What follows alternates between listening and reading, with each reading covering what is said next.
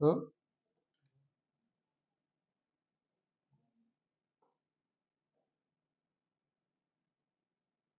राज्यसभा सांसद दिल्ली से संजय सिंह की गिरफ्तारी पर आज हम चर्चा कर रहे हैं कि जो संजय सिंह को ईडी ने गिरफ्तार किया है और गिरफ्तारी का जो कारण बताया है कि लिकर स्कीम में उनका भी हाथ है, जबकि इससे पहले कई बार उसी डिपार्टमेंट ने नोटिस दे करके, पब्लिक में भी नोटिस दे करके कहा कि संजय सिंह के खिलाफ ना तो कोई एविडेंस है और ना ही कोई साक्ष्य है और इनका नाम अभी भी रिकॉर्ड में और इन्वेस्टिगेशन इन पे हुई है, लेकिन कोई भी इनक्रिमिनेटिव एविडेंस यानी कोई भी एविडेंस नहीं पाया गया। जैसे जैसे ये अपोजिशन करते रहे, धीरे धीरे इनके खिलाफ एलिगेशन एक दूसरे के साथ लेकर के इनका नाम भी उसमें ऐड किया गया। संजय सिंह को ट्रायल कोर्ट में पेश किया गया। ट्रायल कोर्ट में रिमांड पे डिस्कस किया गया और नॉर्मली रिमांड कोर्ट ने रिमांड दे दिया। अब इस मसले पे एक बहुत बड़ा मुद्दा होता है कि कोई भी इन्वेस्टिगेटिंग एजेंसी किसी भी व्यक्ति को अगर अरेस्ट करती है और अरेस्ट करने के बाद जब कोर्ट में पेश करती है तो ना तो ट्रायल कोर्ट उसका साक्ष्य देखती है और ना ही एविडेंस देखती है। नॉर्मली ऐसे कई प्रकरण होते हैं जिसमें रूटीन वे में उनको जेल भेज देते हैं, जबकि ऑनरेबल सुप्रीम कोर्ट और ऑनरेबल हाई कोर्ट के इतने सारे कंटेनर ऑफ जजमेंट हैं जिसमें यह कहा गया है कि रूटीन वे में अरेस्टिंग पे जेल ना भेजा जाए और रिमांड देते और लेते समय इस बात का ख्याल रखा जाए कि पनिशमेंट किस नेचर का है और ऑफेंस किस नेचर का है, उस पे पूरी तरह से ध्यान रखा जाए और पूरे प्रकरण को समझ करके तब किया जाए। लेकिन आज तक और बहुत सारे मामलों में ट्रायल कोर्ट के द्वारा रूटीन वे में ही अरेस्टिंग पे एक्शन और रिएक्शन किया जाता है। जब तक बेल एप्लीकेशन फाइल नहीं होती है तब तक ट्रायल कोर्ट खुद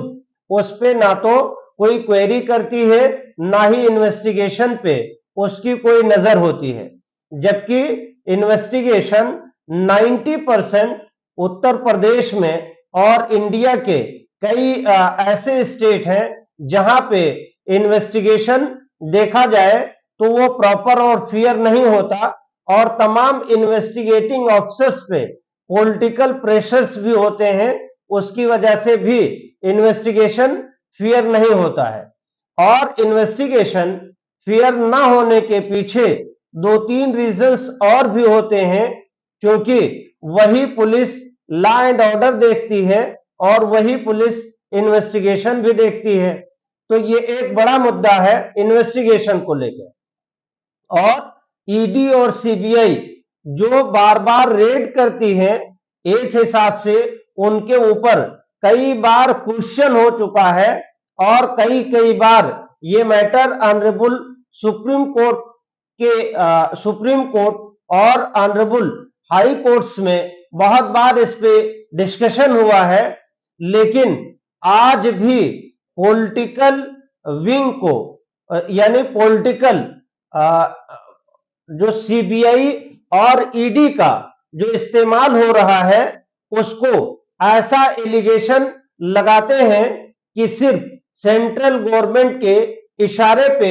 उन लीडर्स को या उन अपोजिशन के लीडर की गिरफ्तारी होती है जो सरकार से सवाल पूछते हैं और उनकी गिरफ्तारी होती है जो सरकार के किए हुए कामों पे अंकुश लगाते हैं ऐसे लोगों की गिरफ्तारी हो जाती है। जबकि तमाम ऐसे मुद्दे आए कि एमएलए की खरीदारी हो, एमएलए को रिश्वत देना हो या लेना हो, कई राज्यों में बीजेपी ने खुद सरकार को उल्टा और पलटा है, उसकी जांच आज तक नहीं हुई। बिहार में 2 मर्तबा उलट पलट के सरकार बनाई गई, महाराष्ट्र में उलट पलट के सरकार बनाई गई और ये सबके सामने जग जाहिर है। उत्तराखंड में इसी तरीके से हुआ और एमपी में उसी तरीके से हुआ। तमाम जगहों पे जहां पे बीजेपी कमजोर पड़ी है और उसको मैंडेट नहीं मिला है, वहां पे भी तोड़ जोड़ करके सरकार बनाई है। उसके मामले में बड़े बड़े डिसीजंस जो लिए गए, उसमें सीबीआई और ईडी ने ना तो इन्वेस्टिगेशन किया और ना ही किसी मसले पे पूछताछ की। जबकि ईडी और सीबीआई को अगर ये देखा जाए, जैसे भी किसी के खिलाफ एलिगेशन होता है और वो बीजेपी ज्वाइन कर लेता है, तो तुरंत उसके खिलाफ जो इन्वेस्टिगेशन हो रही होती है वो धीरे धीरे कमजोर पड़ जाती है और आगे चल करके एकदम उसमें क्लोजर रिपोर्ट लगा करके एलिगेशन को उससे हटा दिया जाता है। ममता बनर्जी का जो बंगाल के मामले में था कि ममता बनर्जी के पार्टी के कई एमएलए और कई अधिकारी ऐसे थे जो बीजेपी में नहीं थे, बीजेपी में आने से पहले तमाम तरह के उनके खिलाफ एक्शंस और रिएक्शंस हुए और जैसे ही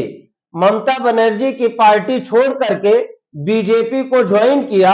वैसे ही उनके खिलाफ जितने भी एलिगेशन थे उसको एजेंसी ने, यानी जांच एजेंसी ने उसको डिसकंटिन्यू कर दिया और उसकी न्यूज भी दोबारा सुनने को कहीं पे ना तो मिली है और ना ही मिल रही है। तो संजय सिंह की जब अदालत में पेशी हुई रिमांड मजिस्ट्रेट के यहां, तो उन्होंने अदालत से एक रिक्वेस्ट की कि अगर हम दोषी हैं तो अरेस्टिंग अधिकारी या डिपार्टमेंट ये दिखा दे कि मेरे खिलाफ साक्ष्य क्या है और मेरी गिरफ्तारी किस मसले में है और मेरे खिलाफ सबूत क्या है। इन बातों को ट्रायल कोर्ट के रिमांड मजिस्ट्रेट ने ना तो उस पर कोई एविडेंस मांगा और ना ही कोई साक्ष्य मांगी, रूटीन वे में उन्होंने रिमांड को दे दिया। जबकि वो एक सांसद है और उनके खिलाफ इन्वेस्टिगेशन कई बार की गई और मीडिया में ये कहा गया कि उनके डिपार्टमेंट के जरिए ये कहा गया कि अभी भी उनके खिलाफ एविडेंस नहीं है। लेकिन जैसे जैसे उन्होंने सरकार को पार्लियामेंट में घेरना शुरू किया, मीडिया के माध्यम से कई उन्होंने खुलासे किए बीजेपी गवर्नमेंट की, तो जैसे जैसे उन्होंने खुलासा करना शुरू किया, वैसे ही उनके खिलाफ सबूत इकट्ठा इधर उधर से कर करके और उनको फाइनली अरेस्ट किया गया और अरेस्ट करके जेल भेज दिया। जेल रिमांड मजिस्ट्रेट से उन्होंने रिक्वेस्ट की, संजय सिंह ने रिक्वेस्ट की, लेकिन ट्रायल कोर्ट के लर्नड जज ने उसको टर्न डाउन करते हुए पुलिस कस्टडी में उनको रिमांड भी दे दिया और अभी तक संजय सिंह की बेल एप्लीकेशन ट्रायल कोर्ट में फाइल नहीं हुई है। अब जिसने दिल्ली को एक अच्छा शहर बनाया और तमाम तरह की रियायतें दी हैं, बिजली पानी और जो वहां पे इन्वायरमेंट की प्रॉब्लम थी,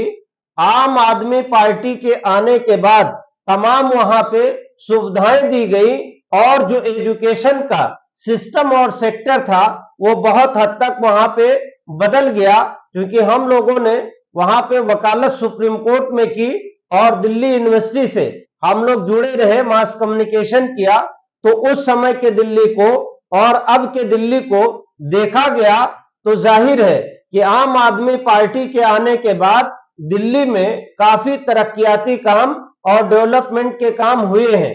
और जिसने वर्ल्ड क्लास की फैसिलिटी हॉस्पिटल में दिया है, उसका नाम मनीष सिसोदिया है। मनीष सिसोदिया ने पूरे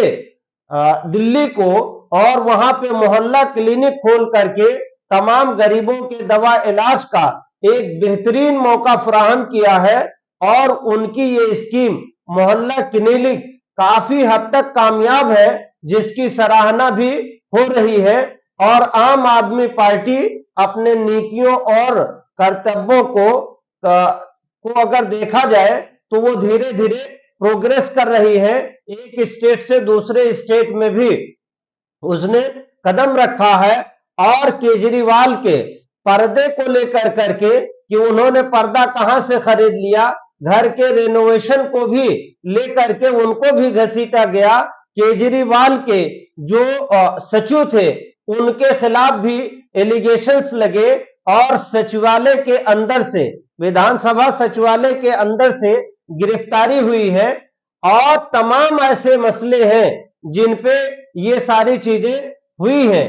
आप देखें आंध्र प्रदेश में चंद्रबाबू नायडू के मसले को जो बीजेपी के साथ नहीं गया है, यकीनन उसकी गिरफ्तारी हो गई है और ये तमाम रिकॉर्ड से देखने को मिल रहा है कि जो बीजेपी के खिलाफ बोलता रहा है उसको किसी ना किसी प्रकरण में जेल जाना पड़ा है। यानी तमाम ऐसे मीडिया के लोग हैं जो ये कहते हैं कि सवाल इस बात पे सरकार से पूछे जा सकते थे, सरकार की गलतियों पे सवाल पूछे जा सकते हैं, लेकिन डर के मारे वो अपने न्यूज चैनल पे और अपने प्रिंट और इलेक्ट्रॉनिक मीडिया पे किसी भी